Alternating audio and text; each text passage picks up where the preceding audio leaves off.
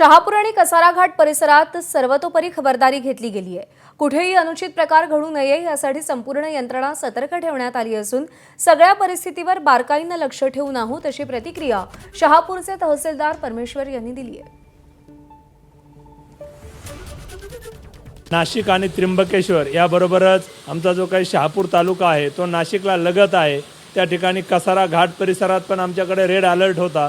त्यामुळे आम्ही काल रात्रीपासून कसारा जो परिसर असेल, घाट परिसर असेल, आमच्या कसारामध्ये वरती राहणारी जी लोकवस्ती असेल यांना शिफ्ट करण्याचं काम असेल, घाटामध्ये जे काही दरड कोसळण्याचं प्रमाण असेल, आज आपण सकाळी पाहिलं असेल त्या ठिकाणी 4:30 वाजल्यापासून 2-3 वेळेस छोट्या छोट्या दरडी त्या ठिकाणी कोसळल्या होत्या।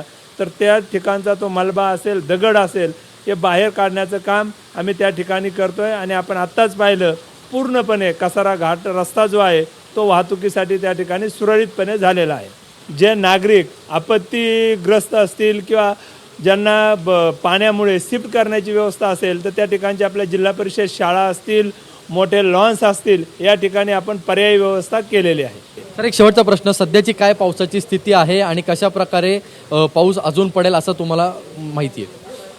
कालपर्यंत जर शहापूरचं सांगायचं झालं तर साधारणतः 1000 मिलीमीटरपर्यंत मागच्या 4 दिवसापासून कंटिन्युअसली मागच्या आठवड्यापासून त्या ठिकाणी पाऊस पडतोय।